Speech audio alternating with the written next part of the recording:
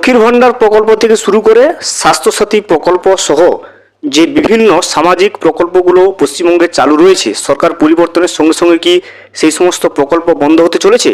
সে বিষয়ে কিন্তু নতুন মুখ্যমন্ত্রী শুভেন্দু অধিকারী কিন্তু পরিষ্কারভাবে জানিয়ে দিয়েছে।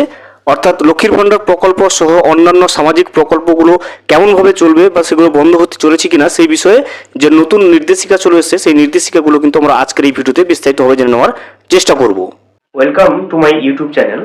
ভিডিওটি দেখার জন্য অসংখ্য ধন্যবাদ। ভিডিওটি সম্পূর্ণভাবে দেখার আগে ছোট্ট একটা অনুরোধ, যদি চ্যানেলে নতুন হয়ে থাকেন অবশ্যই চ্যানেলটা সাবস্ক্রাইব করে রাখবেন এবং নোটিফিকেশনটা অন করে রাখবেন এই ধরনের সমস্ত আপডেট কিন্তু সবার আগে পাওয়ার জন্য। চলুন আজকের ভিডিওটি আমরা বিস্তারিতভাবে দেখে নিই। রাজ্যে যে সমস্ত সামাজিক প্রকল্প চালু রয়েছে তা বন্ধ কিন্তু হচ্ছে না। সোমবার মন্ত্রিসভার প্রথম বৈঠকের পরে এমনটা জানিয়ে দিয়েছেন পশ্চিমবঙ্গের নতুন মুখ্যমন্ত্রী শুভেন্দু অধিকারী।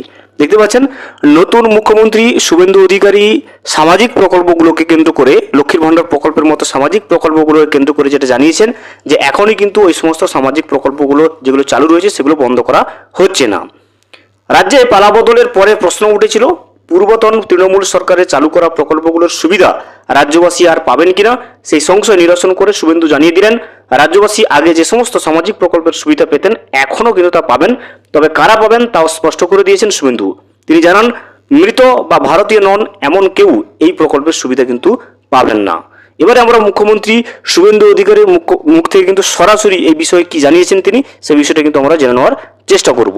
কোন চালু থাকা সামাজিক প্রকল্প বন্ধ হচ্ছে না, এটা আমরা আমাদের কর্মসূচি প্রচারকালীনও বলেছি।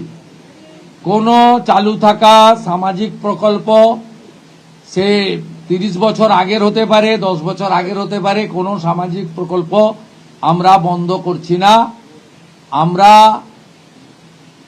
পেপারলেস অফিসও করব, আমরা সমস্ত পোর্টালগুলোকে আপডেটও করব এবং সমস্ত বেনিফিশিয়ারি ডিবিটির মাধ্যমে, যেটা নরেন্দ্র মোদীজির নেতৃত্বে দেশের সরকার করেছে, ডাইরেক্ট বেনিফিট ট্রান্সফারের মাধ্যমে হবে এবং সবটাই স্বচ্ছতার সঙ্গে হবে। যে স্কিমটার কথা আপনি বলেছেন, আমি শুধু ওই স্কিমটা নয়, চালু থাকা কোনো সামাজিক কল্যাণকর কর্মসূচি বন্ধ এই সরকার করছে না, কিন্তু ট্রান্সপারেন্ট স্বচ্ছতার সঙ্গে সেগুলো হবে। ভিডিওটি সম্পূর্ণভাবে দেখার জন্য অসংখ্য ধন্যবাদ। এখনো পর্যন্ত যদি চ্যানেলে নতুন হয়ে থাকেন এবং সাবস্ক্রাইব না করে থাকেন, অনুগ্রহ করে চ্যানেলটা সাবস্ক্রাইব করে পাশে থাকবেন।